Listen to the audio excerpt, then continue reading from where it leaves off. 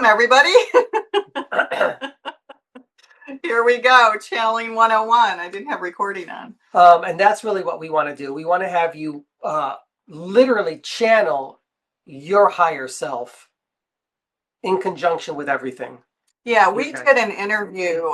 You know, you should definitely check out our podcast. I'll put the link in there. But we interviewed Daryl, who channels Bashar, for our podcast. And there was a moment where we were asking, or Anthony, I think you were asking the question, what's really happening up there? You know, and it's funny because our guides will say that they channel Anthony. Anthony doesn't channel them. That's also a pretty important distinction, right? So there's a merging of sorts. And Daryl says the same thing. He says it in slightly different language, but do you remember we were having that kind of really interesting discussion? I mean, because it's very rare that you see a channeler interview a channeler. Mm-hmm. And, you know, the question was really, because we inherently know, but at the same time to hear it from someone else who is more of a full embodied channel as well, he says that it's not the guides. He channels the grays, right? It's not him. It's a merging of both of them that becomes something new. So that's why, by the way, this is super important too. That's why when you know, Anna, grandmother of Jesus, that book, right? You know, you've got a whole different interpretation of what life was like for that channeler, because she's maybe not even tapping into information from this dimensional reality on the earth realm, because there's multiple dimensions. So when a channeler is channeling Yeshua, they're going to get a slightly different interpretation because there's a merging with that channeler. Does that make sense? So this is why it's so important not to fixate on your guides, but to fixate on your higher self. Because if you only fixate on your guides, guess what happens? The ego runs amok, things get in the way. I mean, we're seeing this. How many more gurus can go down? I mean, I think for me, Deepak was the last straw, really. It just like, I don't know what happened, but that one just put me over the edge.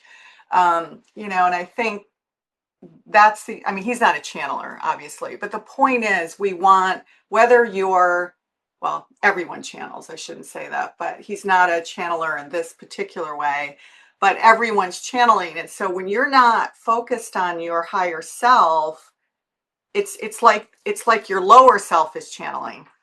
And that's not very helpful, right? Because it's going to be influenced by too many things. And you know how you can tell? Okay, we'll take that question in a minute.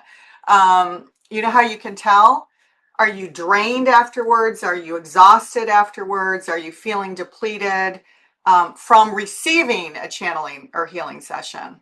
You can feel it. You can feel the difference. And then when you're channeling yourself, is there an agenda? It's a simple question. Is there an agenda? Is there a connection to a political ideology, an economic ideology? Oh my gosh, you should all throw your money here. That's what my guides told us to do. I mean, come on, right? I mean, this is really common sense too. So you're asking yourself, is there a connection to the ego with the message that's coming through? Or is it pure? Is it pure and neutral? When it's pure and neutral, then that's a pure channel. And that's what we want. We want a pure channel. So you want to answer the question? Oh, how do you make sure that you can differentiate from the Oracle AI that 𝐿 is created?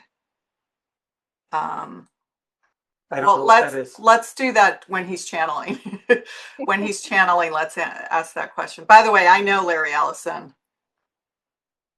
I'm not going to tell you the story in an elevator, but you guys could probably. I don't know. Yeah, who the person is. He's the CEO and founder of Oracle. Okay. I know him quite well, actually. All right. Anyway, there's a lot of ego there. That's all I'll say.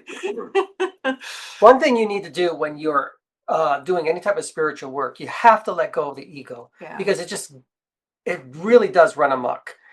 But we don't believe in annihilating the ego. Well, we don't believe in getting rid of it completely, because there is something to the ego that helps drive you and propel you forward and upward, if you will. You don't have to get rid of anything completely.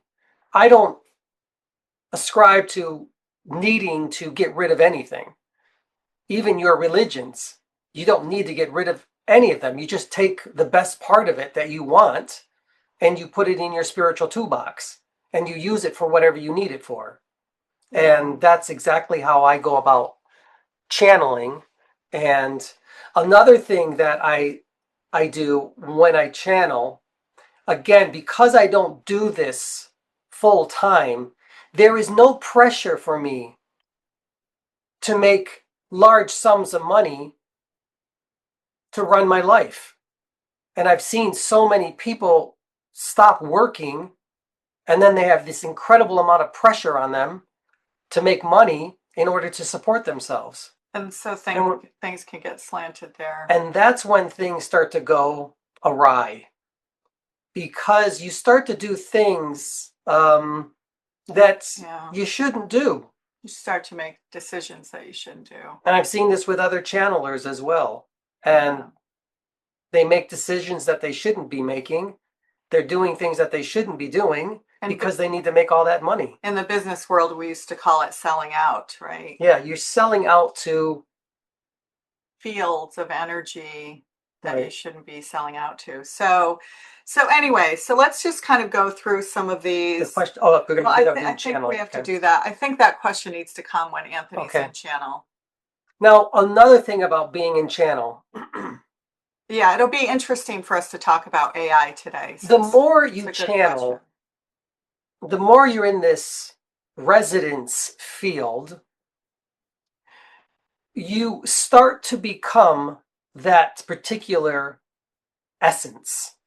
Oh, that's a great point. You can go in and out at any time you desire. You are always in control of it. 99.9% of the time. I'm not going to say always, because I'm not always in control of it. I can control it now. It took 10 years to control it. But there are times when you're speaking about spirituality to somebody. Or you get emotional. Emotions do help the channel come through. That's when you're opening your heart. When people start speaking to me in particular about channeling or spirituality, or if they're having problems, that's when the channel starts to open. It's a spontaneous channeling. I'm in and I'm out. I am that avatar state. And that's what you start feeling, that you start talking, but you're not really thinking. It's just flowing through you. Yeah. And that's where I want to get all of you to allow yourselves to be in that in-between state of earth and heaven, and just balancing between both of them. Yeah. That's really what channeling is. And it is an incredible, most beautiful feeling I wish I can share with all of you. Because people always ask me, what is it like? It's incredible. When you are in channel, it should be one of the most beautiful scents of love and grace and gratitude. That's really what it is.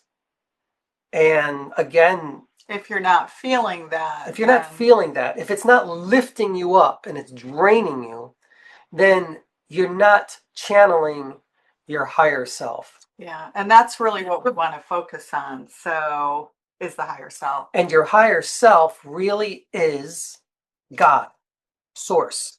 That's what it is. And we're here to help you understand your God self or your goddess self, the divinity of who you really are. No matter what other people say, in our religions or whomever, that's really what it is. It is source. We are source. We are the consciousness of source. And then we channel that into this perception of the human body. And then we let it speak. This is what prophets are. Or avatars. Right. We don't call them prophets anymore, but really that's what prophets were. That's what Yeshua was. That's what Magdalene was. They were prophetic in how they would speak and how they would teach and how they would lead their lives. When you allow these energies to come through all the time, your life changes. Your perspective on life changes. Excuse me. This is when you start to see everything as good, as divine. People say, how do you do that? Because you truly become that prophetic or avatar state of who we are in this lifetime. It does take practice. It's kind of like, I just thought of this analogy. It's probably a poor man's analogy, but I was thinking about, a leader. A leader is kind of looking at things, a divine leader, one without an agenda, a true leader, which means that they're looking after the good of the all. Right? And so if they're looking after the good of the all, they might make decisions that don't make sense, or they might see things from, way above the airplane view, where they can see, oh, if I do this, it's going to be the better of all, even if someone here can't really see it. And so I think it's kind of a poor man's analogy, but when you're in that place, you're making decisions, and your words and your intentions and your actions are all to assist the all. And guess what? When you're assisting the all, you get assisted because you're part of the all. And, part of what's happening in the world right now is that sort of leadership isn't happening a lot. And so we're not looking after the all, and things are starting to crumble. And so if we can get as many people on this planet to be channeling their higher self, then they'll be making different decisions and using different behaviors. We hope. But that's just a theory.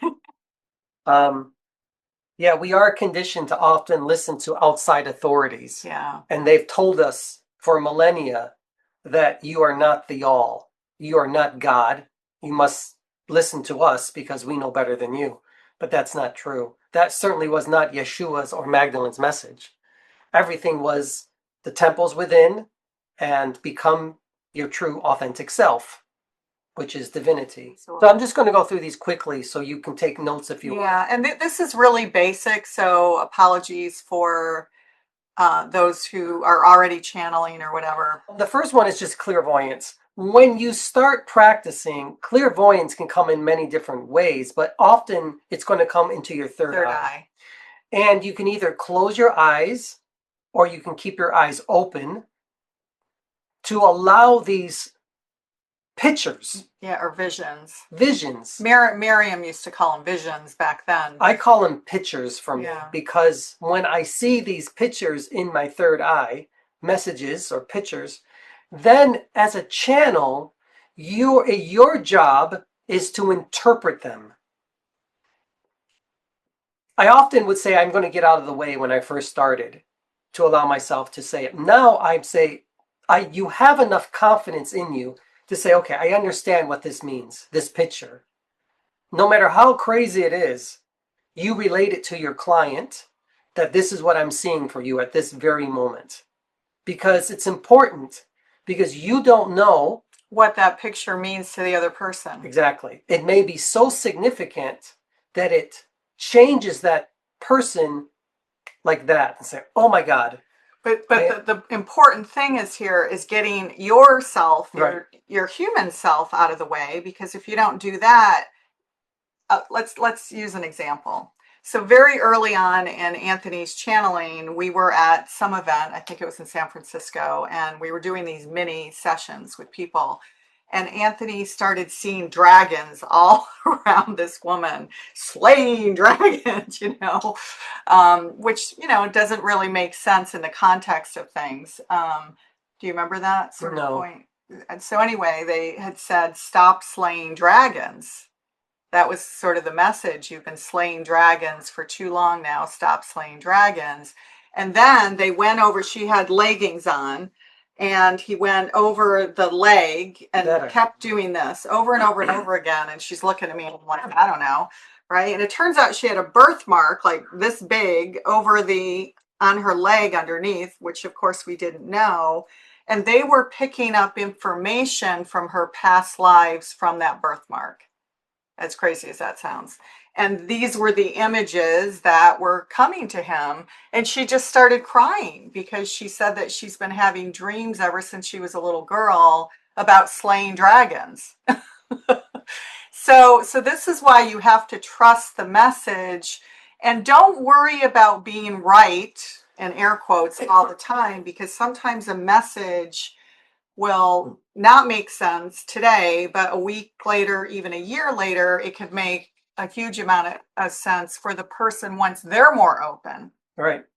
So that's yeah, one Claire that's going to open up and to you. It's actually one of the most common ones. Yeah. Right. That's the one. So as we're going through these, take notes on which one is your strongest, because, you know, when we start helping people how to channel, we're going to start with your strongest one and then start to move, because ultimately, you know, it took Anthony 12 years to get to the point of having all of these clairs, and we channeled every night.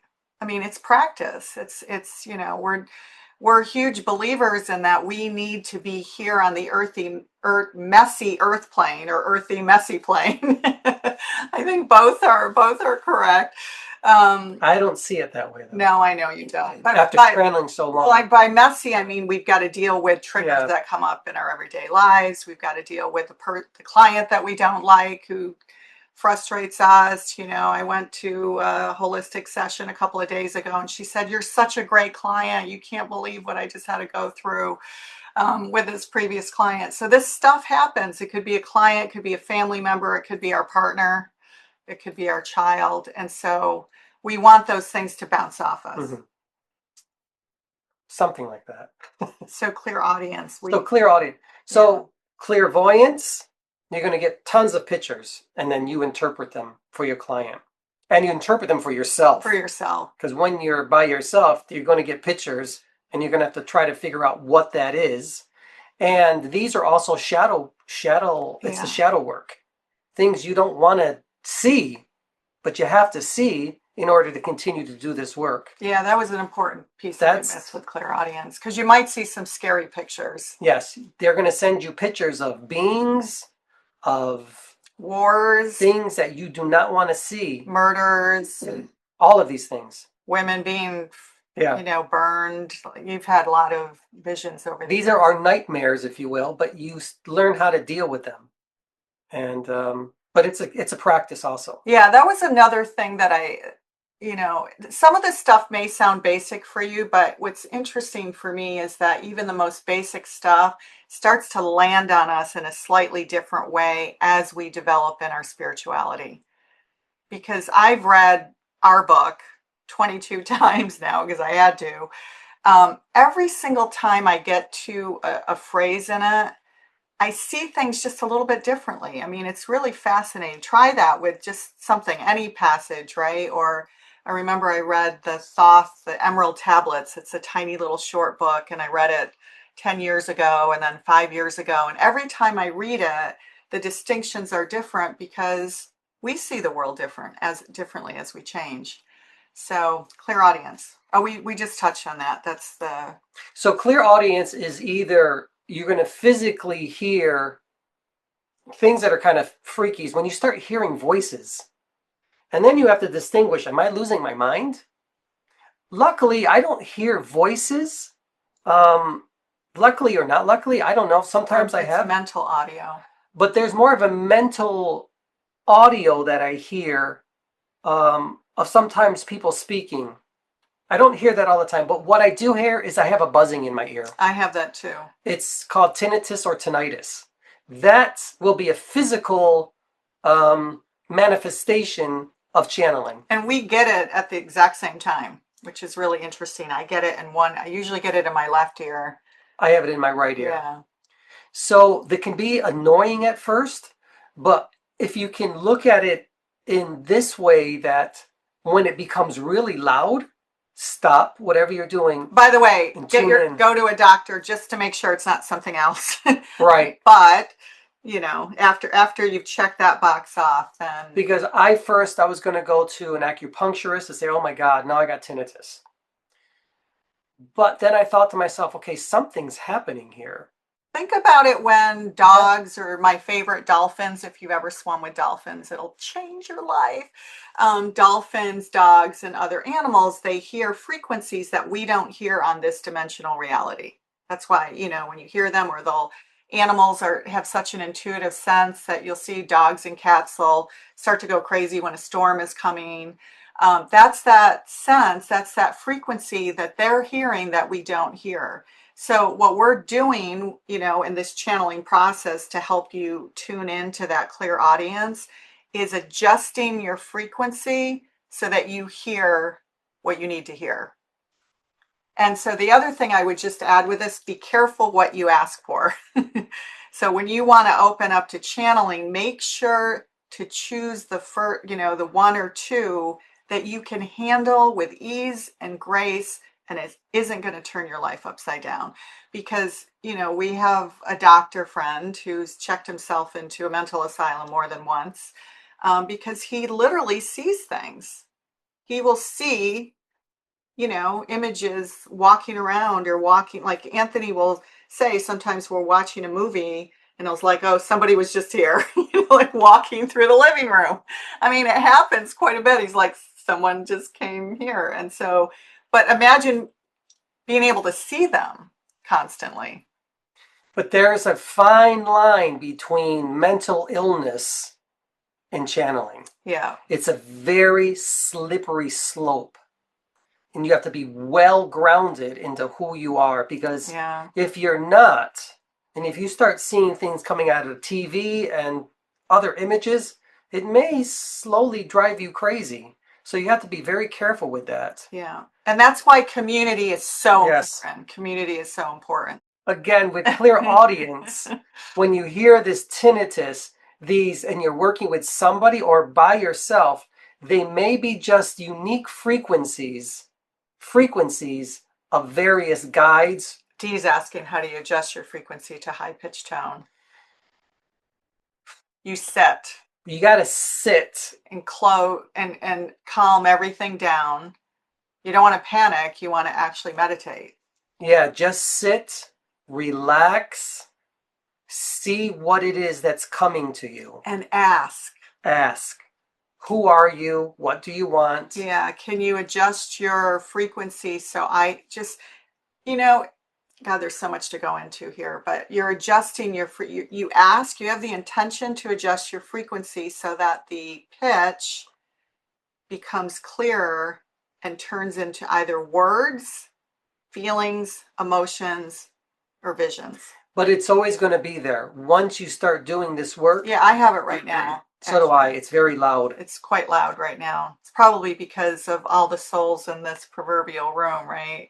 And our guides saying, come on, get through this. We want to come through. But it's going to stick with you. And then you just become used to it. That's what it is. And moving on. Yeah, the next two are my strongest ones, which is clear sentience and clear cognizance. So clear sentience is feeling. It's like, I don't mean feeling like clear tangency. I mean feeling something. Like I had both of them when we were going to go over to that house last weekend. Right. We went to visit someone, and I just had I don't know. I said to Anthony, I don't want to go alone. She wanted me to come over there alone, and I just didn't want to. And I didn't know why. And he jokingly said, why, you think she's an axe murderer? I said, no, it's not that. There's just something like off. And I couldn't put my finger on it, right? But I knew it was something that I wasn't supposed to do alone. And I listened to that. That's clear cognizance also, that knowing, sense of knowing. But I had the feeling and the knowing simultaneously. They usually come together, that I shouldn't go there alone. And of course we went together, and it was a hoarder's house, no axe murder happening, but a hoarder's house with so much electrical stuff. And it was very intense. Very unpleasant to be there. And a part of clear sentience is this intuitiveness that we all have. When we know something's just not right, we should listen to our intuitive. When you're channeling, it becomes even stronger. And you use that with, when you use this feeling of saying, okay, I got to do something to help this person. For example, if there's a shamanic type of healing that's necessary, there'll be a feeling in me and I'll say, oh, Dios mío, I got to do shamanic healing on this person. And it's not my favorite thing to do. And that's oftentimes sucking energy out in different ways that I don't really prefer. But then your higher self says, Anthony, do this. It's necessary. But I first got that feeling of, And also another physical manifestation of clear sentience is that when you are purging or clearing somebody, you have a feeling that you have to throw up. You have to literally spit, and you feel your throat tickling, and you're gagging, and it's coming out. That is another clear sentience feeling. And when that happens, you do it. If you feel like you got to spit out whatever it is, because your body is telling you got to get rid of this particular energy. And just allow it to happen. Either purging on yourself because you're acquiring new energies, and that happens to me even to this day, or taking someone's energy out of that individual and spitting it out. That's more of a shamanic way of healing. By the way, that's not primarily how we do healing anymore, but we've gone through various stages. And, I think it's important because there's different textures and there's different layers of healing. And now we even have technology that's helping us do that as well, another form of our consciousness. Mm-hmm. But when they're asking Anthony to do a shamanic healing, chances are that person has a shamanic thread running through them. Does that make sense? So think about it this way. Right now, this whatever, however long we've done this, it still blows my mind. Still blows my mind that all of us in the proverbial room right now, our souls are communicating. I mean, think about how profound that is. Even though even though our human selves may not be aware of the chitter chatter that's happening in this room, it's happening. Everyone is here to assist each other. And so the souls that are communicating with Anthony when he goes into that full avatar state, they're saying this. So say he's doing a healing on somebody else in a channeling session. That soul is communicating to Anthony and saying, I need a shamanic cleansing because that's what my system requires. So it's, again, not up to Anthony, not up to the channel. You're the vessel, you're the house. Doesn't mean that you can't merge with your own knowledge, but you really want to get out of the way so that what needs to serve the person that you're working with is allowed to come through. Mm-hmm. It's getting out of the way. One other thing having to do with clear sentience, which is feeling, again, a physical manifestation of feeling things pushing on you, energy pushing down on you, energy doing something to you. It's going to happen to you. How many can relate to that? Okay, so it is literally something taking hold of you, either pushing down on you, pushing back on you, things of that nature. You're going to feel that. We've been led to believe, don't go there, but go there. The more you go there, the easier it becomes. Because then you no longer fear. Oh, that's a good point. Don't fear when you're starting to open up to channel. Don't fear it, because this is Universe 101 or Manifestation 101, right? What you fear increases and comes back to you tenfold. So we're here to help you not to go into fear when these things start happening to you. Now, that doesn't mean don't have discernment. Right. You're not going to call in the devil. I mean, you can. I have. Will you stop it? What do you like, Satan? Show me. Stop it. After a while, I just sit there and say, come and get me. Because you know yourself so much. So well, yeah. So well, your higher self, your divinity, that you can call in anything and it will come to you. But the key is holding your ground that you are pure light and love, so it bounces off you. Because if you don't do that, and we all have fear. It's human. Yeshua had fear before he went to his crucifixion. Or at least that's what they tell us, right? He was human. We all have fear, but we don't want the fear to absorb us, because when it absorbs us, what happens?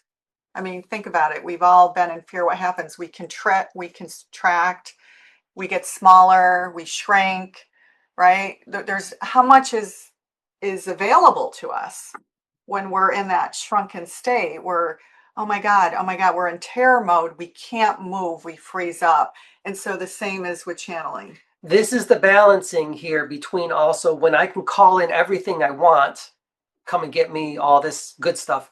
But it doesn't mean, you got to be careful with the ego. I'm going to go out and I'm going to do this and I'm going to do that and I'm going to go into the dirtiest plate, the lion's den. No, that doesn't mean you do that.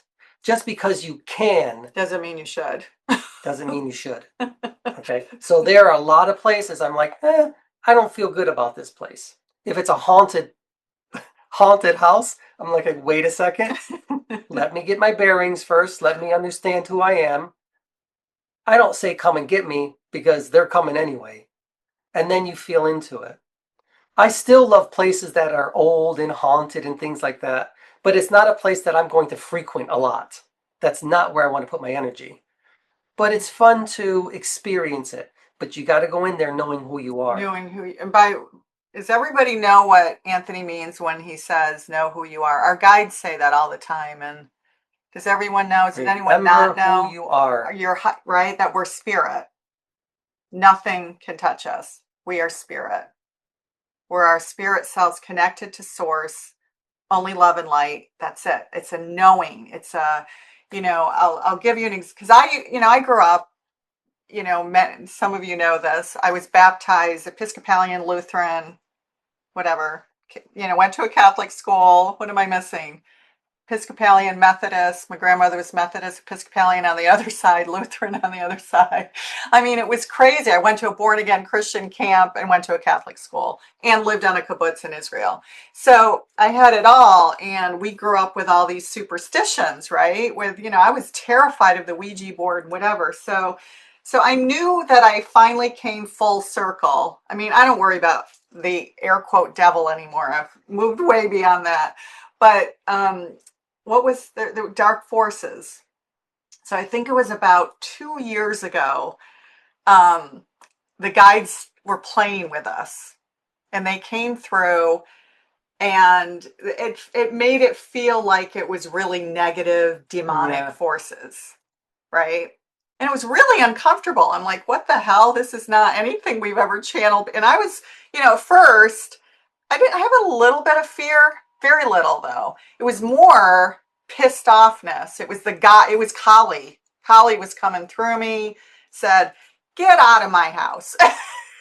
And it's so funny, like old habits die hard. I went to our altar and I grabbed a cross and an ankh. It was silly. It was absolutely silly. But do you remember that? No. It was funny. And the guides came through and they said, Gaia, because our guides call me Gaia. Gaia, that's what we need. We need you to step into your power when you're feeling that. We were testing you so that you don't back down. You don't back down. You don't go to fear. It wasn't anger from going to kill you, but it was an anger. If everyone's ever seen Outlander, there is a moment where Jamie's on the ground and this woman's about to kill him, and she's there and she picks up her knife and she said, not this one. That's 𝐃𝐨𝐧'𝐿. That's 𝐃𝐨𝐧'S strength. He's my husband. Try me, right?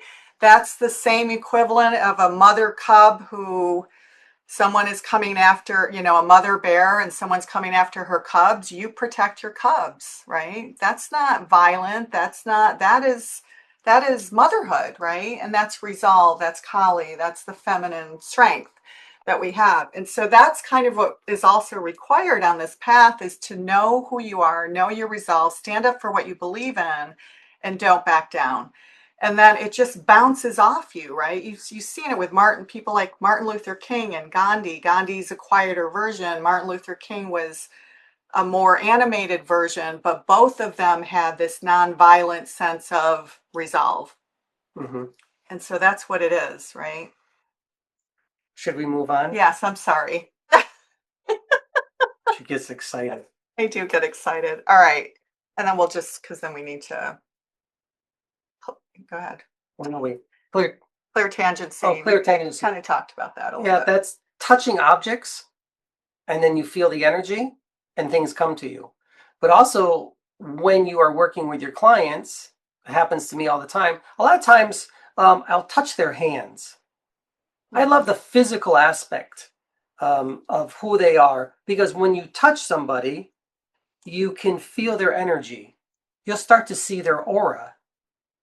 You'll start to see pictures about who they once were, who they are now, or what they're going to become. So clear tangency is another clair that's going to come to you the more you do this work. And I think there's only maybe 3 of you on this call who have done private sessions with us. Two of you on this call have done private sessions. You know, when Anthony is not on Zoom, but in physicality, you know, Anthony, when he's in channel, he'll pick up and he'll look at if there's rings, if there's jewelry, and they're looking for frequencies that are attached to the jewelry that are connected to your soul. I find that fascinating. And when you start practicing, you may not even have to physically touch. You can just take your hand and scan a person's body. Even through Zoom.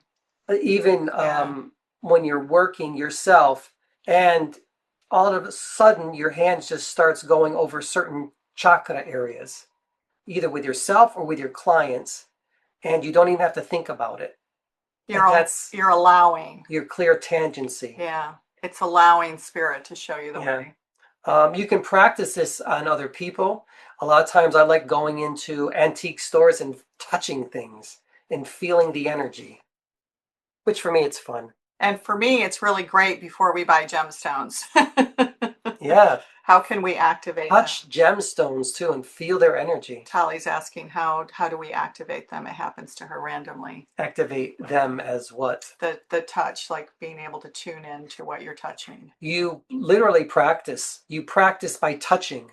You can do that in nature. Touch trees.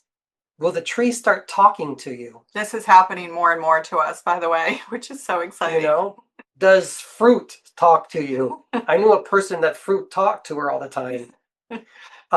Touch, but have the intention that when you touch, you're going to get a communication going on. Something's going to happen, but it takes practice. Yeah, and Tali, the other thing too is that nothing really happens unless you're in the field. I shouldn't say nothing, because that's not fair, because things do happen randomly, right? Where you have a deja vu moment, or you run into someone and you're like, I feel like I know this person. I mean, how many of you had that feeling before, right? Where you just meet someone and you're like, I've known this person, even though I don't recognize them physically, because you're recognizing them at a soul level. You're feeling into the frequencies that they have. And so you can practice, but you want to do it when you're in a theta brainwave state, right? So when we meditate and we quiet the mind, those of you familiar with heart coherence, we're huge fans and believers in the work that they do. That heart coherent state, when you're there, anything's possible. That's where instantaneous healings take place and that kind of thing. And so when you have a large group of that, you know, all of the souls are convening. Hey, cutie. Start feeling things. Yeah. Should we move into channeling? Let's go into clear alliance, which is smell. You're going to pick up different smells the more you do this work as well. And these smells are associated with things of someone's past. Like divinity of Mary, Mother of Jesus, things like that, roses. They're all related to something. Well, I was just going to say medium, because we have, obviously, when you're doing what we do, you have a lot of medium friends. And our medium friends will smell like, for example, you've probably heard this, right? Or read books about it, where they'll smell a cigar of someone's grandfather. It's a clue. It's kind of a clue to give you. And so maybe you're not seeing through your third eye the grandfather, but you're smelling cigars, which means the grandfather's there. So the guides, which are connected to your higher self, keep going back to the higher self, they're using whatever the channel has. With Anthony, they use everything, right? With me, they use everything that's available to me. They're going to use everything that's available to you as well. When you're in this state of resonance, in a channeling state, all of your senses become heightened. And my clear alliance becomes heightened because I can sense they're always smelling. I'm always smelling for certain things. That's true. Sometimes when for some reason they will smell your hand. They will. Or they'll smell you. And it's a little weird if someone's just met us for the first time and, we're in session or whatever and he's starting to smell and so you're going to get that. That's the physical clair also that you're going to receive once you keep doing this work. It's a bit strange sometimes, but remember, smell is one of our the strongest sense that we have that's developed within humanity. So use what you have. Yeah. And then the last one we're going to cover, and then we'll go into channeling because we did get started a little bit late. So 𝐶𝐨𝐽 taste, which is probably one of the rarest ones. Well, clairtangent, actually, the last three we mentioned are the rarest ones. 𝐶𝐨𝐽 is taste. Yeah. I don't get it as often. But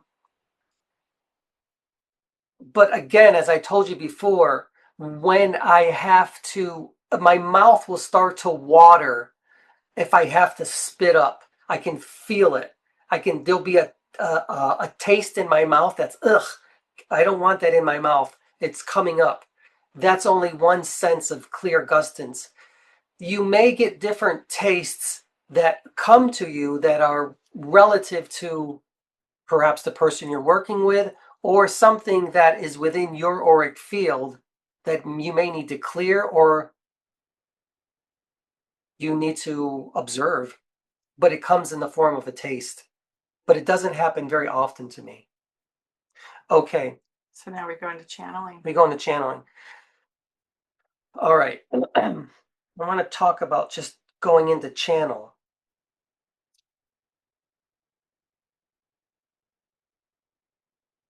Welcome, Timothy from Ireland. When you go into channel, there are so many different ways to do it. You have to find out what the best way is for you. I don't want any of you to go into a full-blown channeling state because it can be very unnerving. That's why... I mean, actually, go ahead. We wish to lead you gently into it.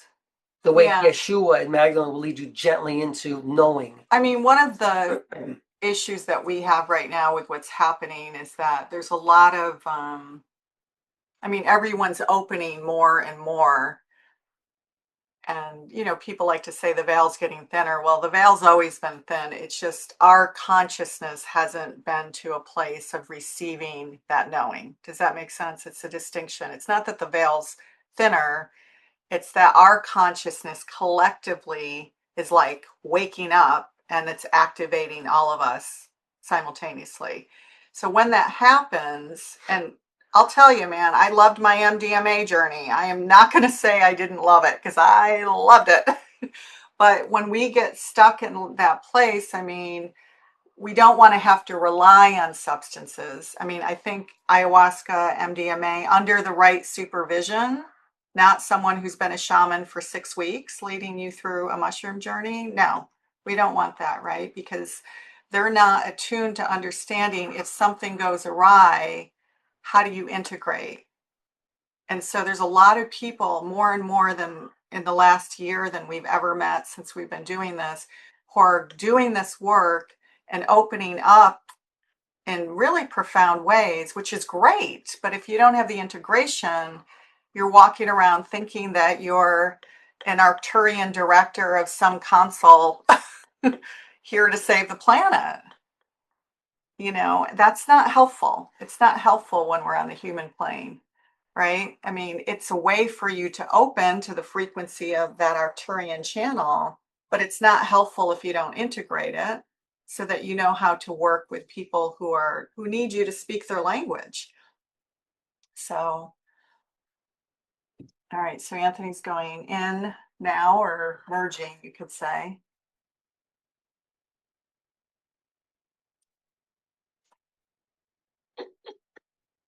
So we probably should have had you pay attention really closely to what just happened. So when Anthony goes in, it's always the same. There's a transitional period where his eyes don't blink once, ever. When you're in that, and then you saw towards the end they blink. That's how I know a connection's been made. And then the clicking sounds. That's a frequency adjustment. Hey guys. And his breathing. And the breathing. Clicking. Why don't you talk a little bit about breathing, and then we'll start to take some questions. Breathing. Because we didn't focus on breathing, which is... Slow down your breath. Which is huge.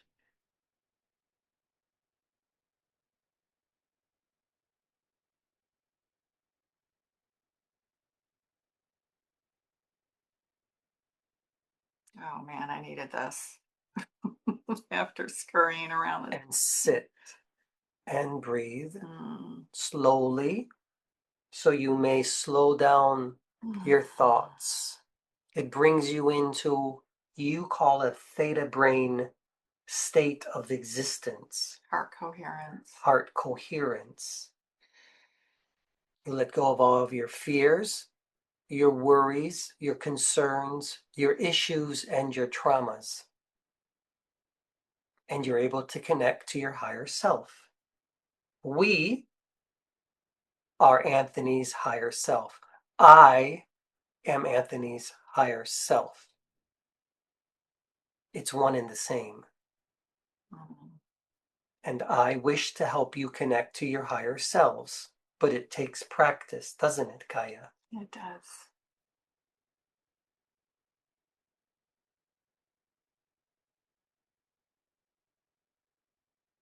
This is what it is. It's a state of bliss, isn't it? To be in a state of blissfulness, contentness, happiness, joyfulness, divinity with all things. You see, you don't go anywhere. It's already here, available to you. But you just practice it. This is it.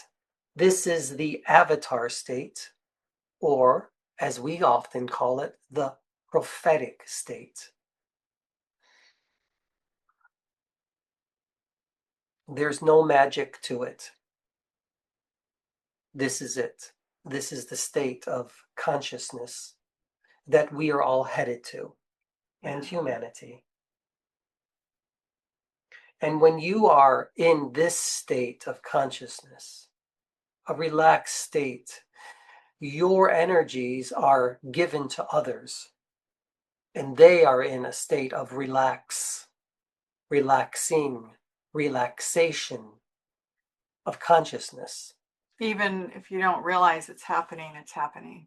Yes, it's happening. What you become, the other becomes, and vice versa. There's always, that's another thing that we didn't talk about. There's always a sharing of energies. Remember how I said earlier that all of our souls are communicating always, even if we're not, like right now, our souls are convening. Well, there's always a symbiotic exchange of energies between everyone who's in the room. And that's why community is so important. I am speaking directly with my soul. My soul is directly speaking to you.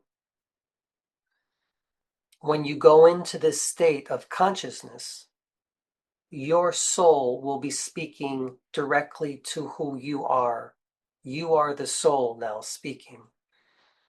When you work with your clients, you will speak directly to your client's soul, which is the divinity or the higher self. That's how it works. I am the soul of Anthony, but I really have no name. I am energy. I am source. I am one.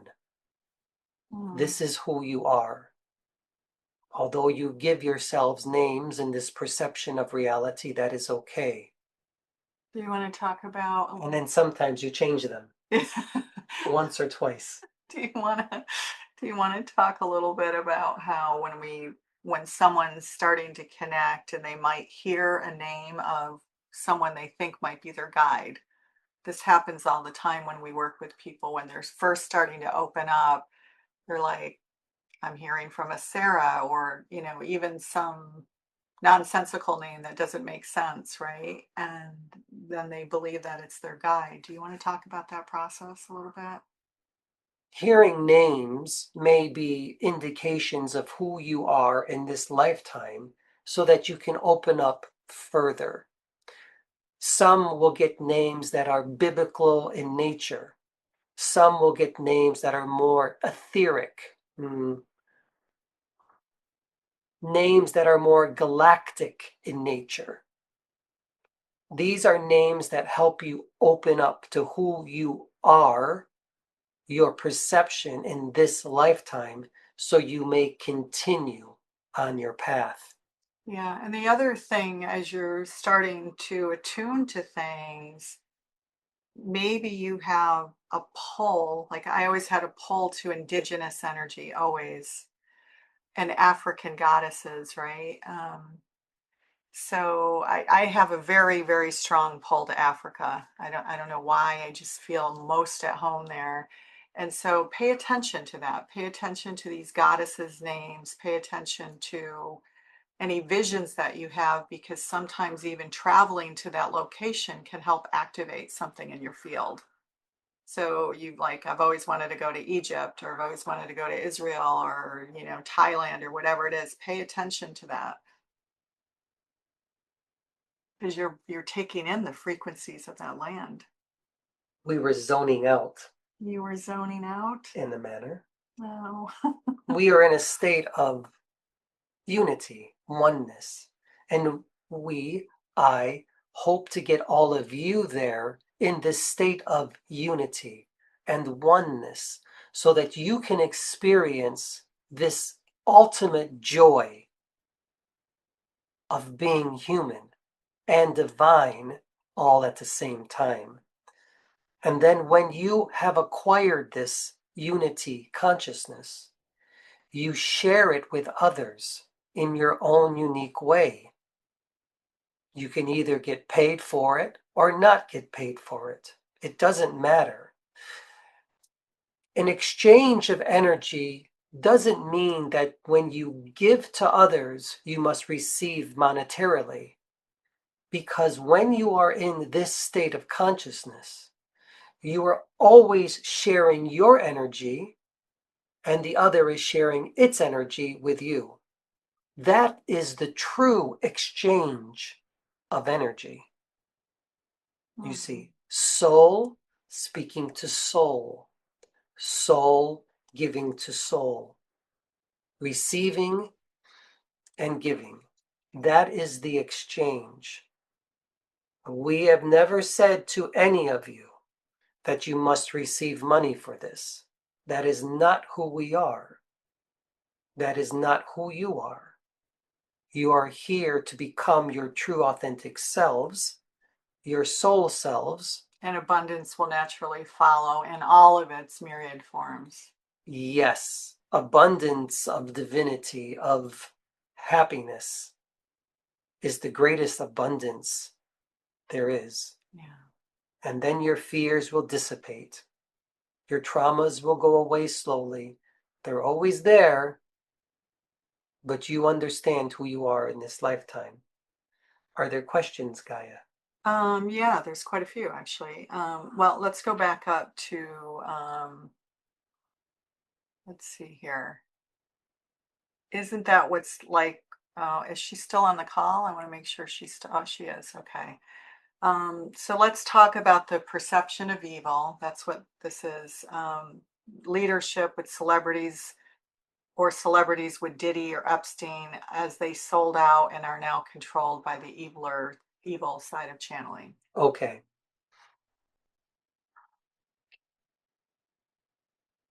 The evil side of channeling, the darker side. Come to the dark side. This is a very difficult aspect of life to understand. We've said this, Sharon, wake many up. times. Wake up, deep breath. Sorry. There is no good. Sorry, I didn't mean to pick on you. And there is no evil. Someone's energy. Good, Sharon. They put me to sleep all the time. We've had people fall asleep when you guys come through. Do you remember when we did our master's program? We used to do these meditations and like. We are getting you in a state of relaxation so that you can open your heart and your consciousness to us, but most importantly, to you. Yeah. This is how it works. The more you are in this state of resonance, you will start to reside here. Yeah. With you, with us. It's practice. That's something that we're going to repeat often because we're not here to give anybody a quick fix. We're really wanting to, how do I put it? Just gentle. Create a community that's ready to do the work, open up to it, and then have, a gentle opening because it's not a race. Now, let me answer the question. Yeah, it's not a race. Okay, go ahead. About good and bad, up and down. Epstein, too many of my social media feeds are. We know. We understand. Oh my gosh. The consciousness of humanity now is hyper aware, if you will, or conscious more than ever before of these beings that you perceive as evil. And that's good. It's very good because you will not tolerate it any longer. You don't allow it to continue. You put an end to it. You cut it off. You recognize it for what it is. I mean, it's always been happening. It's just that finally, there's light on it. And you don't stand for it anymore. This is why we don't say good or bad. We don't see them as being evil, but they are a part of the consciousness of allowing humanity to wake up to something greater than themselves.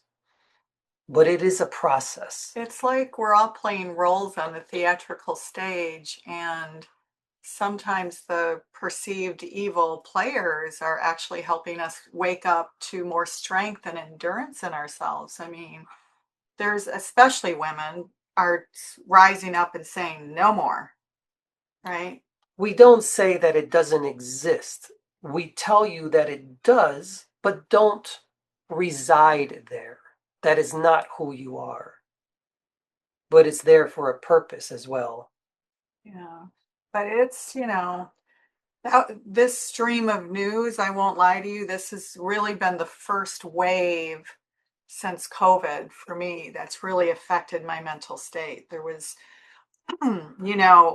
if you read, we both have Substack. We don't want it to affect your mental state. No, I know. But I was saying we're starting to write about it. Anthony and I both have Substack columns, which you can follow. They're free. And there was only one. I never go into politics ever. I just don't do it. But there was one post that it was like this healing moment of needing to come through me. And I don't go down the sad, depressing rabbit hole, but the feelings are coming through. And I think it's important for us to have those feelings and then rise above them and then try to look at them from the bigger picture, the spiritual picture.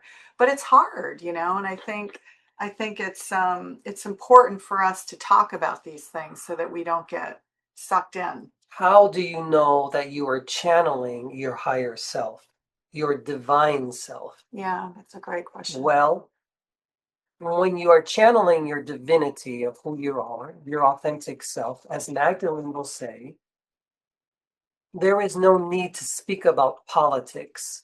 Right. There is really no need to speak about anything except love itself and the true sense of who you are.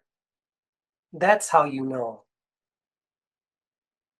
It builds you, increases you. You feel energized. You feel light. You feel airy. That is your true self, the soul of who you are. When you are channeling, or in truth, becoming your true, authentic self, your soul self. This is a perception of who I am. It is one of an infinite, myriad amounts of perceptions. But in this perception, I am Anthony. But I will be the best Anthony I can be in this lifetime when you are in this state of consciousness. So, more questions. Yes, more and please bring your questions up, and then we'll spend about, then we'll just spend about 10 minutes on our what's we're excited that we're launching in May, if you want to be involved with it. But before we do that, let's go back through the questions. How would you, I think we did answer that, Dee, right? How we adjust the frequency to high pitch tone. We did address that. Let's see. What if I get a message as visual and voices with warnings? How can I tell it's not me thinking of the worst case scenario? And how can you tell if it's a message versus a fear? Yes. Messages of warnings are often part of your own. You still live in Israel, right? Yeah, she still lives in Israel, so. Yes. Living in Israel. Messages of warnings. I understand.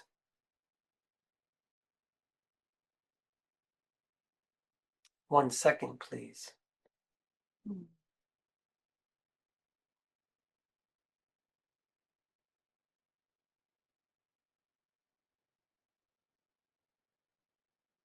And this is Tali too. Yes. As you see, we are waiting. I am waiting. There's no hurry to answer the question.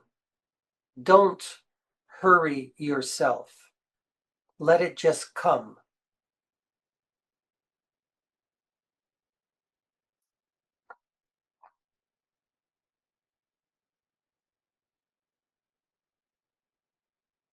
You must distinguish between a warning that is within this physical realm from a warning that's coming from etheric realm. And what we mean is this. Don't be afraid of warnings saying that the earth is going to end or there's going to be a nuclear apocalypse.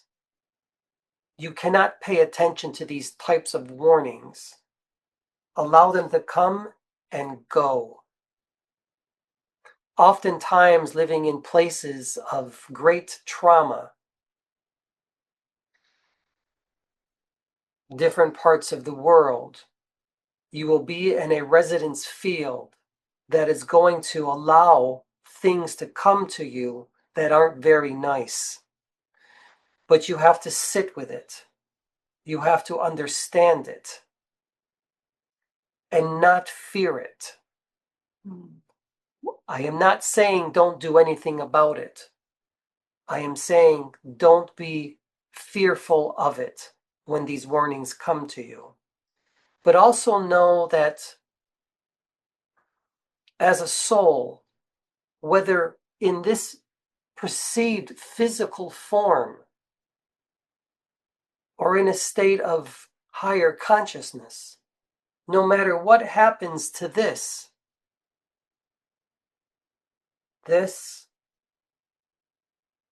everything will be okay.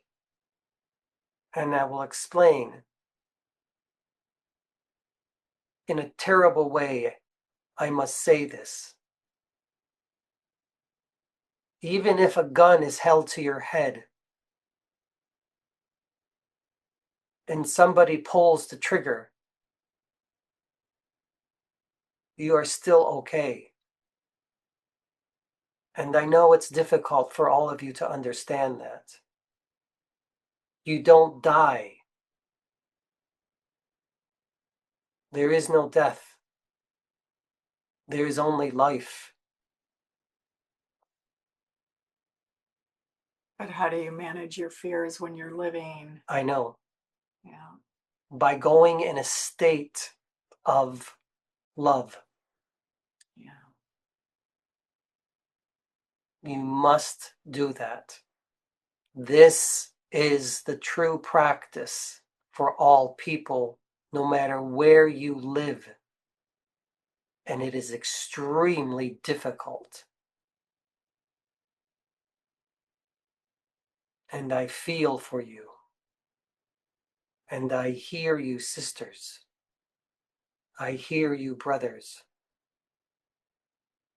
But you cannot allow war, death, trauma to become you. You must allow love, divinity, source, God, Hashem, Adonai, to be who you are in this lifetime. Do not give in to your fears. It doesn't serve you. I mean, another important thing, because we did talk about channeling, and there's energy that we feel. Well, the land also carries energy. So in the Middle East and specifically, right, especially Israel and Palestine, it carries these ley lines of energy that have trauma, collective trauma. And you will feel that trauma the more that you channel. However, you can do something about it. You can work with other individuals that feel this trauma. Help them. When you assist them, you assist yourself. This is why I tell you, do not go into trauma. Do not go into fear, no matter how bad it becomes. Continue to sing, I say to you. Sing. Sing with your hearts. Talk with your hearts. Well, we could spend a couple Yes, I know. on trauma, because trauma, Thomas Hubel does a lot with collective trauma, including the land. And he's actually German, married to an Israeli woman. And, you know, so trauma never happens in a vacuum. It never happens in an isolated way. All of our individual trauma is connected to collective trauma. So when we incarnate in our new human form, we carry the trauma with us at an emotional and a mental level, but we don't remember the details. So some of what might be coming into your field, even though there's a lot happening right now in the current time, obviously, it's accumulated over time. And so it becomes huge, right? It becomes this, not unlooked at, but it accumulates not just in this lifetime, but over many, many lifetimes, even if you don't remember the details.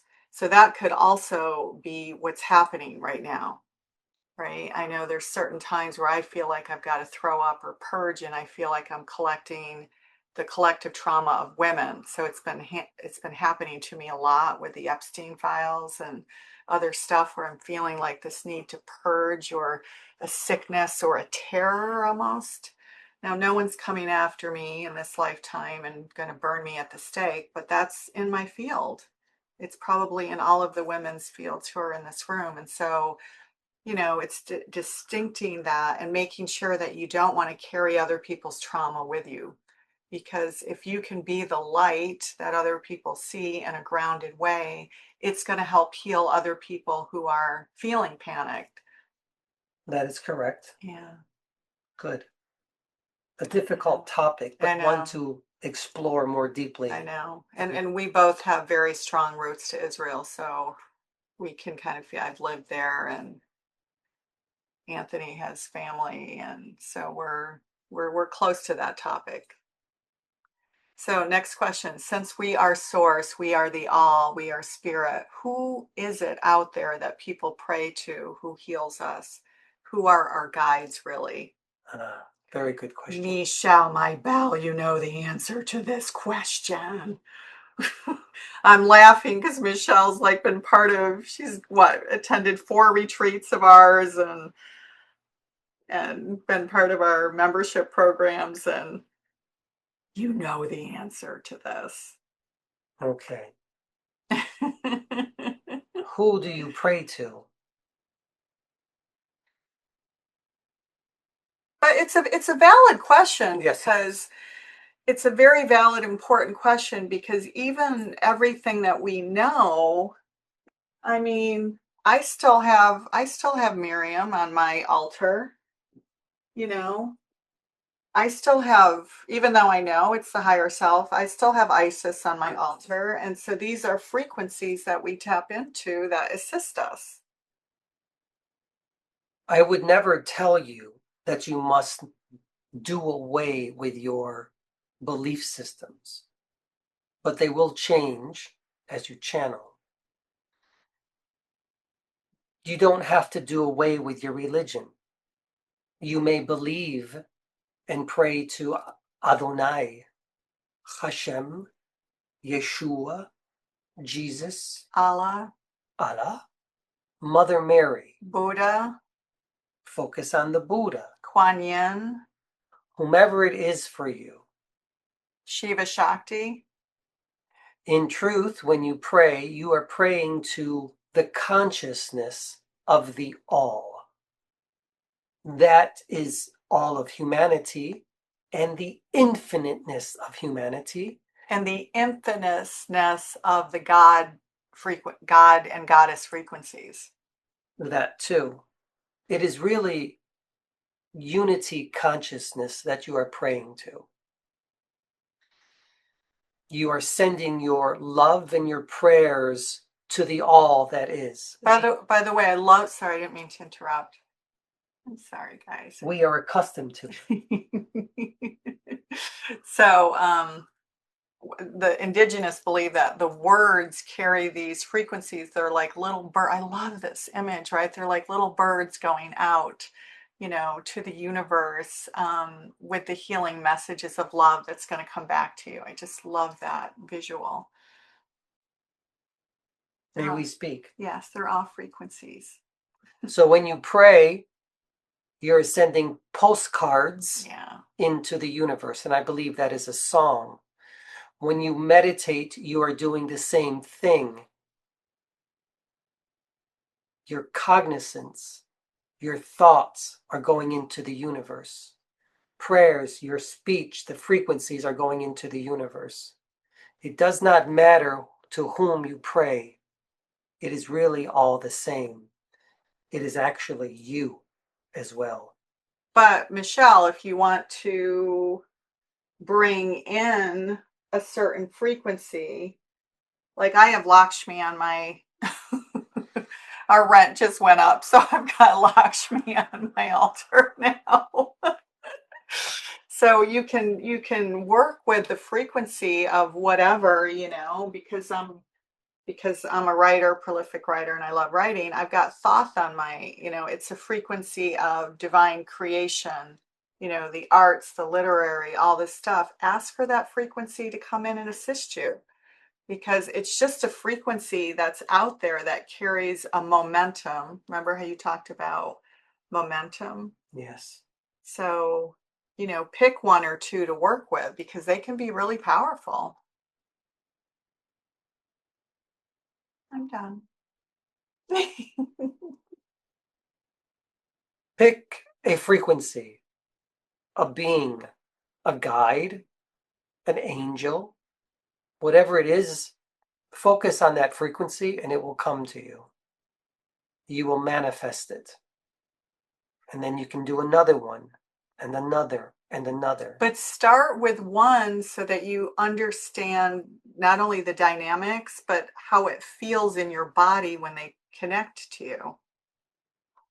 Right? Because it's going to feel different. That's why when Miriam comes through, it's a totally different energy. I see a question. Which one? I have a son with ASD who turned 20. Oh, and then we also have an AI question way back when. Oh, wait.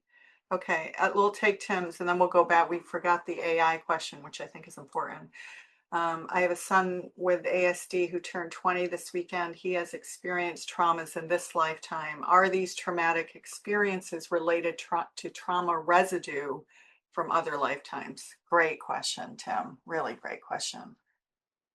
Yeah, I think there's 3 psychologists on this call today. How cool is that? We can call it, or you can call it residue, something that's there, that's been there for a while. But it's always there. These traumas of who you are, who you once are, or who you once were, and who you will become, will always be there. They are there to assist you in learning who you are in this lifetime. They're not there to cause you harm, but to move you along, to propel you forward. Oftentimes they're seen as a detriment or something bad to your life, but they are there to assist you. I understand the question, but you must turn it upside down and inside out. And if you can have your son see it that way as well, as something beneficial that will help him in the future. But then again, each soul has its own path. Neither good nor bad, it just is. You want to talk about how the soul gives ourselves situations for us to learn, grow, and expand? Yes and no. You know that. No, I'm just throwing that out. That can come in many different forms. All different types of forms of trauma. Physical trauma, physical pain, psychological trauma, psychological pain, emotional pain, however you wish to see it. It's all a part of your soul's path. There is no one to blame for it. It is what it is. And you must do with it what you must. And that too is a very difficult lesson to learn. There can be no woe is me. Because if there is, that is what you will receive from the universe as well. Difficult, but not impossible to overcome. So let's talk about AI. Ooh, AI, artificial intelligence. Yes. So there's a lot of platforms, including Oracle's AI that Larry's building and others. There's no shortage of AI tools coming into my inbox every day. So do you want to talk about how that is different or overlaps with what is happening here?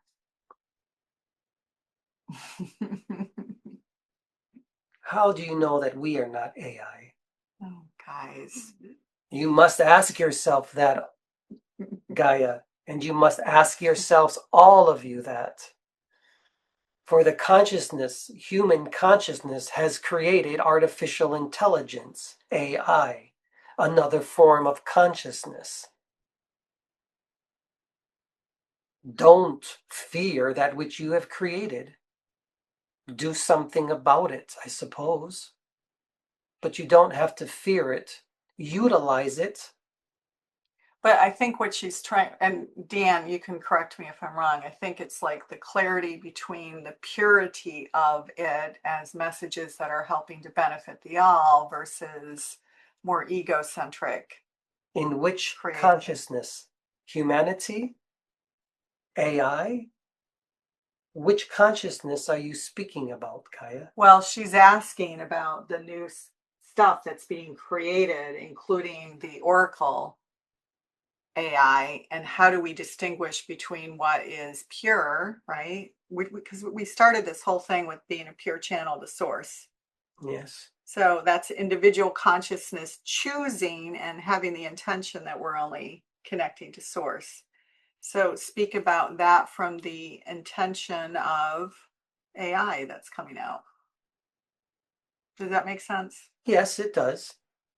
So remember, there is the consciousness of the creator, which is an individual thread of consciousness, and then there's the consciousness of the collective that's using it. Right? I know it gets complicated.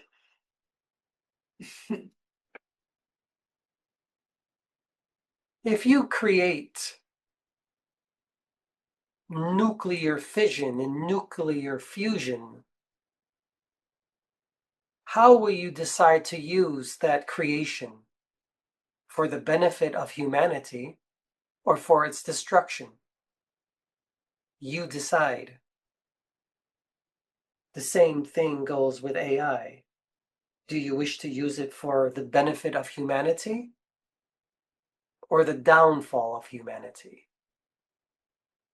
You have to distinguish between what is good and what is not good for you.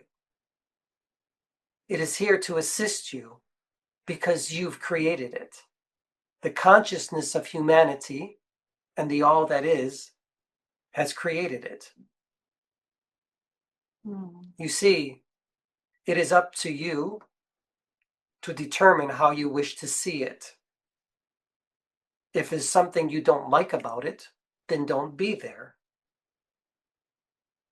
You understand, don't you? Yeah, the other thing that I'm learning about using it, and I use it very strategically, and I do wonder about this because Deanne's saying it is said that alternate beings are using AI to communicate. Which alternate beings?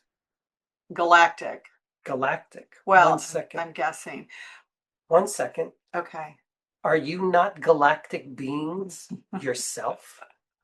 Which planet do you live on?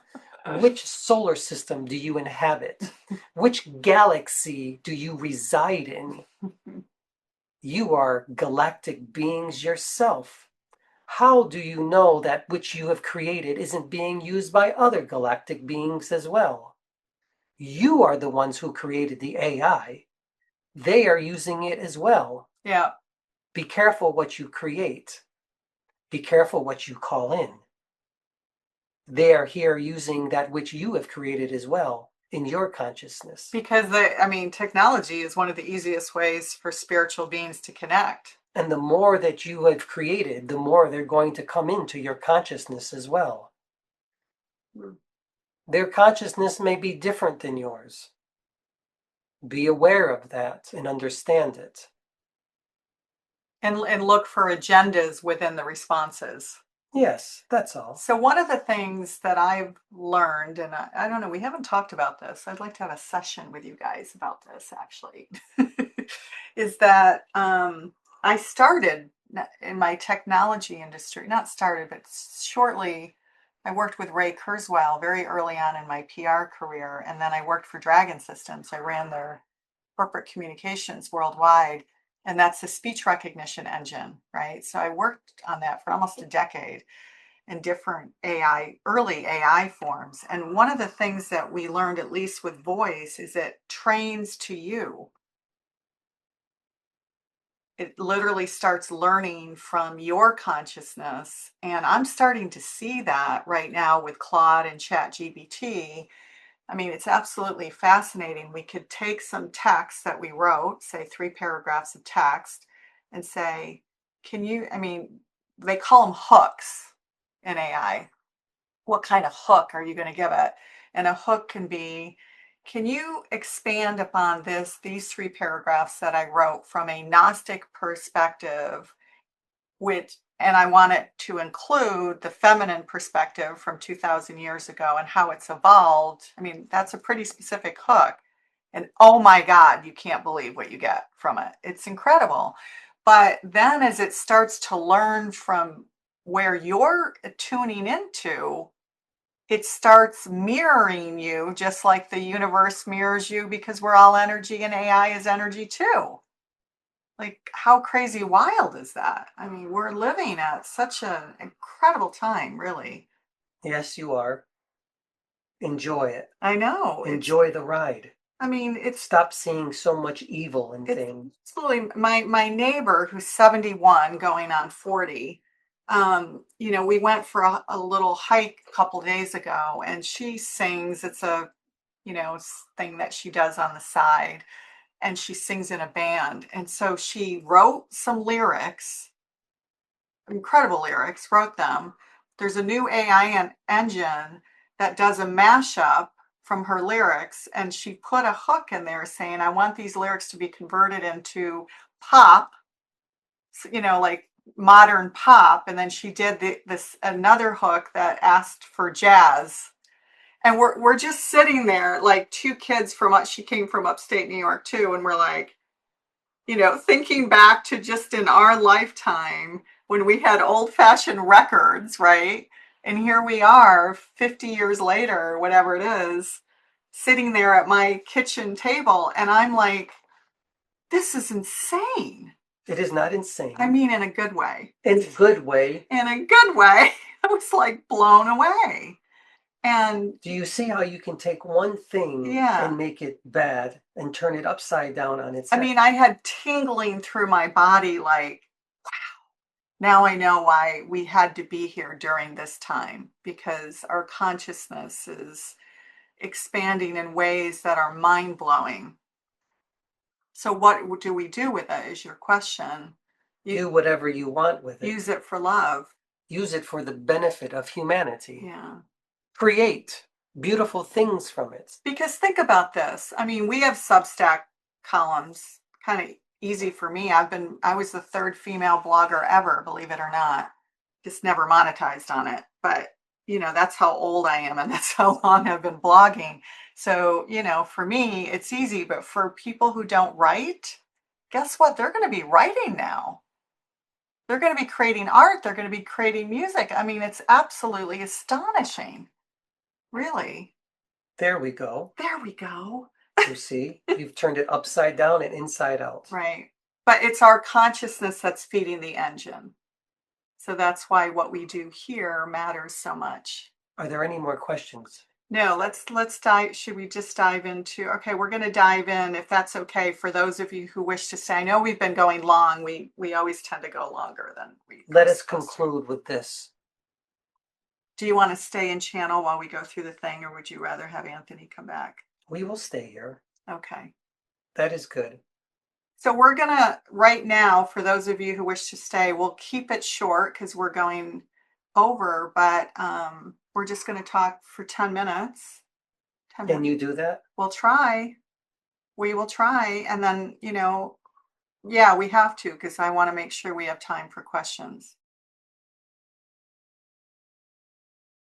For those of you who did, because I know, Tim, you were on the last call, we're not going to go through the whole thing. For those who are interested, we'll send you a link to our hour-and-a-half present. This is going to be 10 minutes. Hour-and-a-half presentation, so you can see all the pillars. Our wisdom school came about as more and more people were asking, why don't you create something to teach people how to channel? And we realize there's a lot out there, but it's mostly mediumship, and there's nothing wrong with mediumship. I mean, my goodness, who doesn't receive healing from talking to a deceased loved one? That's super important. But, we feel at this pivotal time, really where we are in our consciousness, we want people to really be channeling from source. And so that's really going to be the differentiator And what we're going to be offering is bringing you back to you, knowing that you're the guru. And by the way, when you channel source, you can bring in deceased relatives. Anthony does that, but that's just not our prime focus. And then community, the reason I moved this up from our previous presentation, mainly because that's how strongly we believe in it. So we're curating this program just because you want, I know this is going to sound snobby the way it's going to come out. Maybe how do I rephrase this? Well, we're curating who gets into the group, not from a snobby kind of way, but just really understanding why you want to do it and making sure that you're committed, right? Because it's not a commitment to us, it's a commitment to you. But when you commit to you, everybody benefits, because we're going to be doing breakout sessions. We're going to be doing, we're going to be together for a minimum of 6 months. So we want that field of vibration to be love. So that's what we're after. We're curating love. It's the love machine. And you will gather together. We will gather together. Well. Yeah. I mean, no, it's virtual, but we're going to be, I'll talk about that. But, good. So anyway, and then this is the third core piece of the program, is that, people we did master's program. We did many, many different courses that we offered through COVID, but and then we had our membership programs for the last, 7 years, 6 or 7 years, which has been amazing. And we're so sad when we let them go in January to focus on our new book and to focus on this wisdom school. And we miss our community. They become like family to us. And we met twice a week for each of or twice a month for each of our membership programs. But it wasn't enough momentum for people to embody the teachings. And that's really how this program is different than anything else that we've talked a lot about teachings today, but how do we get you to embody them? Like what Tali was asking earlier, sometimes it just happens randomly, but I'm not purposely being able to call it in. And that's really what, and you can pipe in and help me out anytime you want. They're like children. Tell us about these images that you created. Oh, yeah. Where do they come from? Well, they're mashups of things. What? Well, they're stuff that I pulled together and I did overlays. It depends on the image, but yeah, it was a collective, united thing, I guess you could say. We won't go any further than that. So these are the 12 pillars. In our other presentation, we actually went into them, and we're not going to do that today. But in the other video that we can send you, we go into each of the stages that we go through, and so it's a pillar per month. So our hope and our hope is really that you sign up for a full year, because everything builds on each other, but it's only a 6-month minimum, right? Because if you don't at least build up that momentum, nothing's really going to shift, because it's a practice and things that you're going to be doing in each of these pillars to purify your system and get it into a heart coherent state. Do you want to add anything to that? No. Okay. We will let you speak. All right. And so these are some of the benefits. Become your own channel. That's number one. We had that buried. I think it was like I don't know. It was kind of at the end. And, people who've been doing our programs for a long time, they're like, why are you not putting that first? And even our guide said that's going to be a natural byproduct of doing the work, is that you will open up to channel. And then the piece that you see Anthony have is he goes into this avatar state. How do we become that without going into full embodied channel, so that these triggers just bounce off you?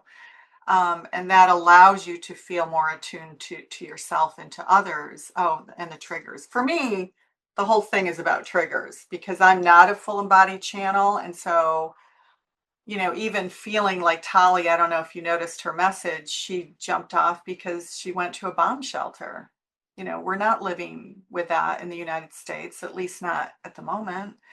But that affected me. My heart just went out to her and wanted to, wrap her up and say, come over, you're safe here. And so how do we allow the triggers that come up, whether it's big like that or just dealing with our child who's difficult? So we will be doing energy work. So there will be activations and attunements in each pillar. So for example, when we do something around purification, there's stuff that you'll have to do at home, but then you can talk about that, the attunements, the energy attunements. Oh, guys, should have had Anthony back for this process. We like listening to you speak. Okay. All right. So those of you in Europe, Tim and I think Tali's in Israel, and Angie's not here. She signed up, but she's interested. She's in England. We have somebody interested in Germany. So there's 2 morning sessions, and we did two morning sessions out of 3 per month, so that people in Europe and other time zones can join. And so if you make 2 out of 3, or if you decide to just have a very late night, the third session, make sure that if you're going to miss any, don't miss the one where the guides do the attunements, which will be on a Saturday morning typically. So that's the important part of the embodiment, because we don't get to embodiment unless we actually do the energy work and the activations in the heart coherent field. We will work with you individually, right, during that attunement. Yeah, individually and collectively. So that's important. And then for those who do the full year, we'll do it's the International Association of Therapists and Holistic Practitioner certification on the end of it. If you do the year, and I think of the people who have signed up, I think only 2 are doing it month by month, but it's entirely up to you what works for you. And then we're going to be doing periodic guided, meditation drop-ins. Oops, it goes off. Kundalini activations, breakout rooms, and then at-home stuff. There's going to be a workbook that you can return to anytime. That's going to have all the lessons in there, as well as resources. Several of you have asked about resources, and there's going to be quite a few resources in that workbook as well. And then for those of you who want to go even deeper, there's obviously an option to do one-on-one work throughout the program too, if you wish. That's optional. But for some people who really want to make this into a practice, because there's several different reasons for doing this, right? One is that you're opening up to your higher self, you're feeling more calm, serenity, you're able to connect to your higher self, which is connected to the all. And it's healing, serenity, purpose, and resolve for yourself, right? Because once you're that light, it's easy to emulate to others. And then, the other reason could be that you're a Reiki practitioner right now, you're a sound healer, you're doing some form of energy work, and you actually want to be able to offer this to others.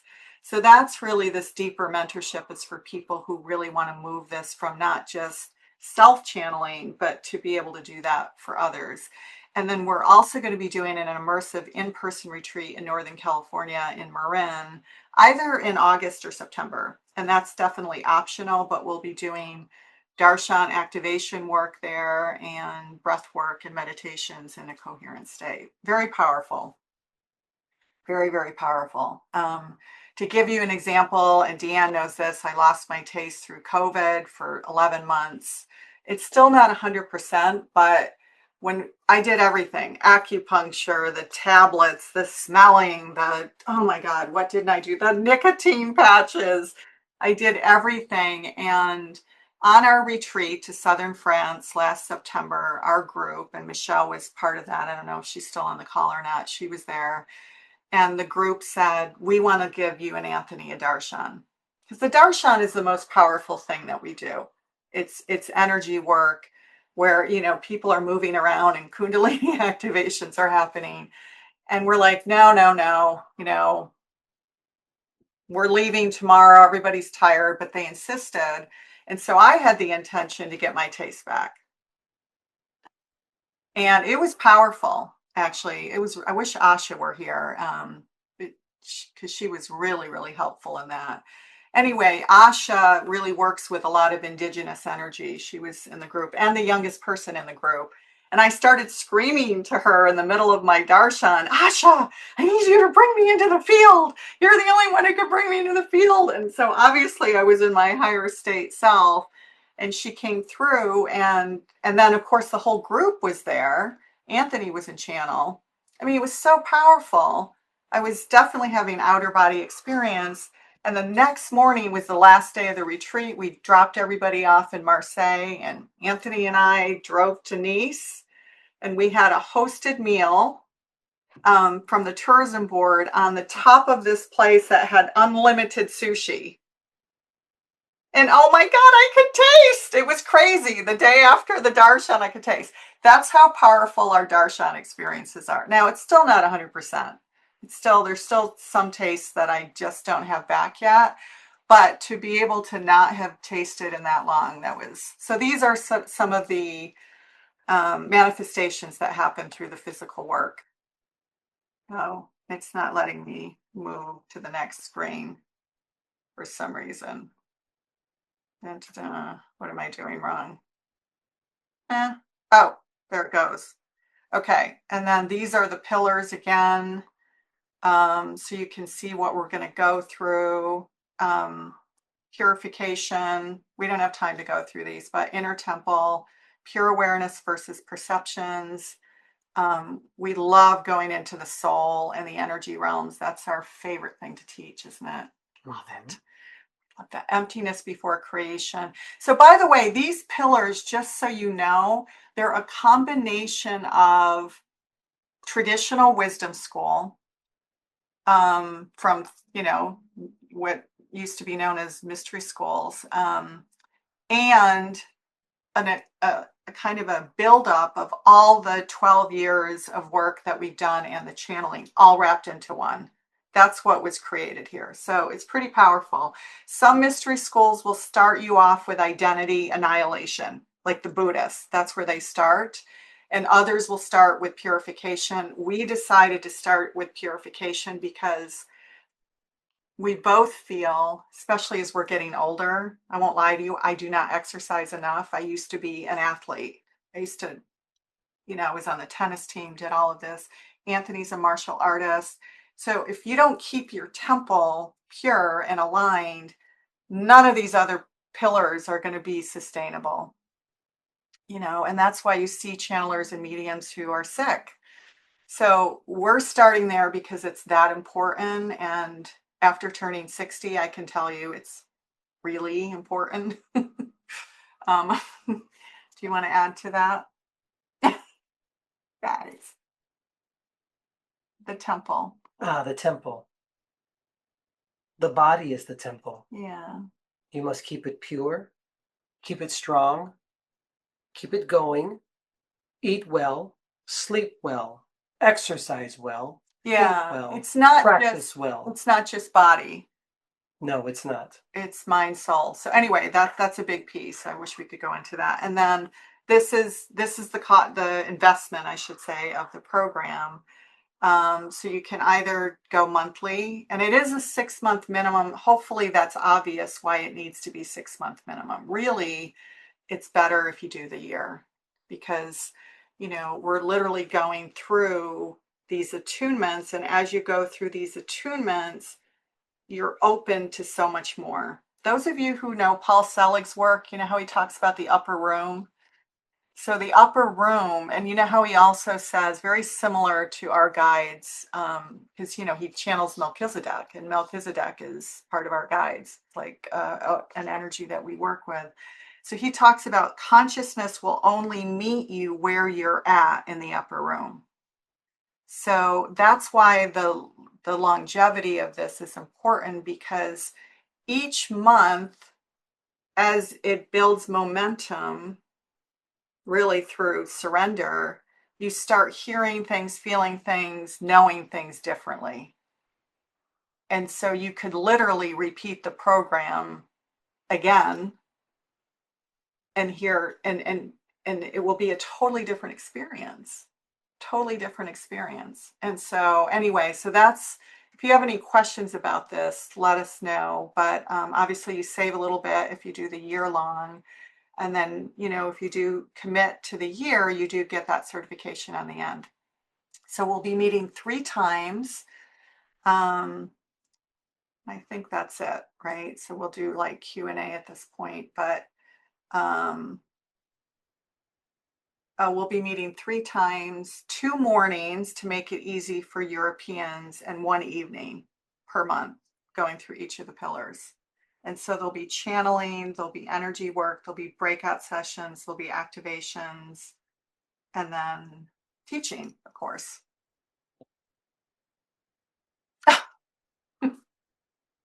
You see how different Anthony's higher self is. So now we'll take questions from anybody who has any questions, for those of you who hung out for that additional 15 minutes here. Michael. I'm sorry, I had to run to a meeting and I just got back. So I missed about 30 minutes. Did you guys have a start date yet? Did you? I didn't see one yet. Yeah, so if you go to, and here's where you can go to, and I'll just put it in here so you can see it. This is where you can learn more about it and register and sign up. On that page, you'll see dates, the dates for the year. So the only caveat that I want to add to that is that we may start in May instead of April. That's the only thing. I think we have 3 late dates in April, and it's possible that I think no matter what, we're going to be doing something with the program in late April, but it's more likely to kick off in Vengeance in May. So all the dates are actually listed. Now, it doesn't mean, you know, if we're traveling somewhere and there's an issue with internet or whatever, that we may have to tweak a date here and there over the course of the year because things come up. But we'll always communicate with the group and say, hey, what date works for you guys if we have to change it. But we thought, unlike our membership programs that didn't really spell out the dates in advance, it's better for people to be able to commit. I mean, especially for people who are really busy, you know, or travel a lot. So we even encourage, you know, except for the attunements, when we do the energy work, we really want to have people present. But, you know, even if you're in a car, join. You know, because I think just being in this frequency and this energy field is going to really help attune things. So, you know, yeah, I mean, we've had Elena, who I'm hoping is Elena, who used to be part of our membership program. She always joined membership from her car driving home from work. Not ideal, but at least she was in the field. So we just kind of encourage that. That's my second follow-up question is, you know, Dot and I work full-time, plus like my schedule, you know, as a professor, there are certain days where I'm a little bit more flexible. So I think I can show up to most of them, but like for Dot, who's in the hospital, you know, 8-10 hours a day, what do you suggest? Like, would she just be watching the recordings then and just participate when she can, or? Well, I would say if, you know, we do have a GYN who was in our membership program, and she would tune in from the hospital with earphones on. And just because she knew the dates so far in advance, she was able to carve out and just say, yeah, there could be, that's one of the reasons why we're doing the dates in advance. And, you know, and here's the other thing I will also say, and I know there's 2 people on here who have already signed up, and I think they bounced already. But one of the things I want to say to when the people sign up, we're going to have a meeting and say, listen, these are the dates, but is there anything that we can tweak that would make it better for you? Once we have the group in play, we are so open to doing that because we're here for you. and we'll make whatever dates work, right? So once we have the group, if someone says, you know what, Wednesdays, I just can't do it. Everyone else is like, it doesn't bother me. We'll move it, we'll move it to accommodate all of you in the best way that we can. But the reason for the 2 mornings is really, we just keep feeling drawn to Europe more and more. And you keep telling us, right? What do we tell you? Well, I think that's a whole different it's a whole different conversation, but it does have to do with healing of more globally, and the ley lands and the connections that we have, right? Do you want to just spend a minute on that or no? We tell you that you will continue your work. You will go further away from your home. Yeah. And you will continue to do that. Yeah, I think there's a reason that we're, especially after that France trip, we just felt so at home. And I lived in Europe for 8 years, so we really want to be able to open this up to other time zones as well. And so I know it's a little bit of a challenge for someone who's got 9 to 5. It's only one morning, by the way, only one weekday morning a month. So if she's got the dates in advance, right, or if she, because I think so far a lot of the people who are signing up either have flexible schedules, work from home or whatever. So if there's just a few of you who have jobs where you're with clients and you can say, okay, we can do Wednesdays are better than Tuesdays, we'll just change it. Yeah, so we haven't told people who have signed up that, but once we get the group together, we can vote on the schedule that's going to work the best for people. I just put those in there as placeholders. Okay. Yeah. Yeah. And of course, there is always the recorded replays, but the attunements will be done on the Saturday. So that should help. Mm-hmm. You can do it from anywhere, Michael, even from the beach.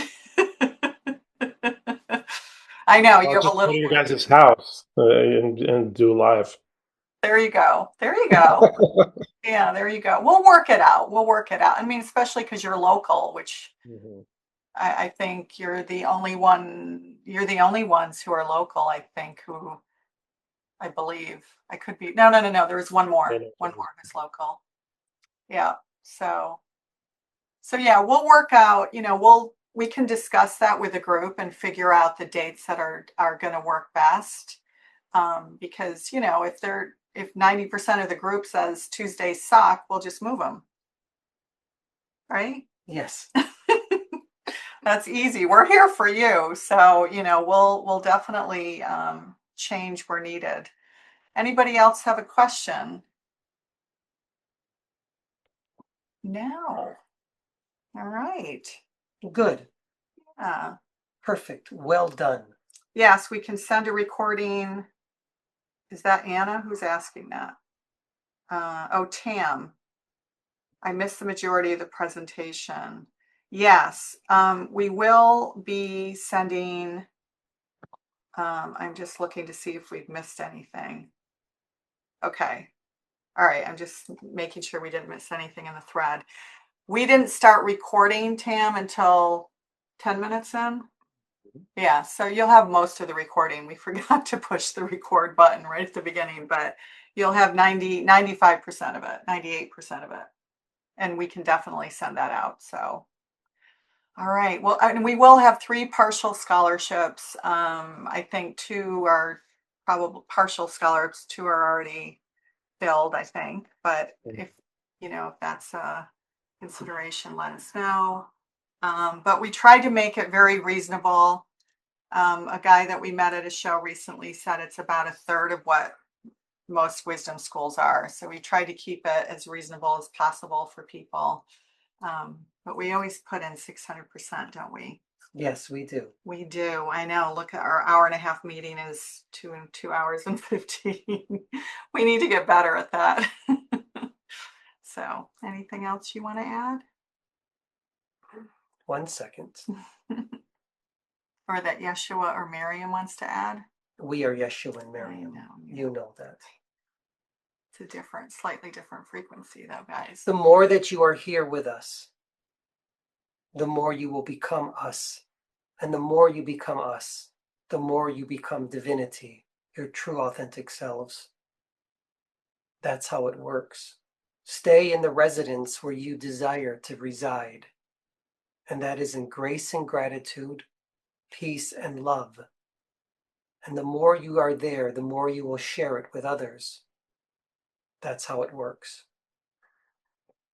Be of peace and be of love, be of grace and gratitude, and share these qualities of who you are as human beings with others. And watch the consciousness expand. Loud. That is all for now. That was Durga talking. If you say so, Gaia. Anyway. Peace.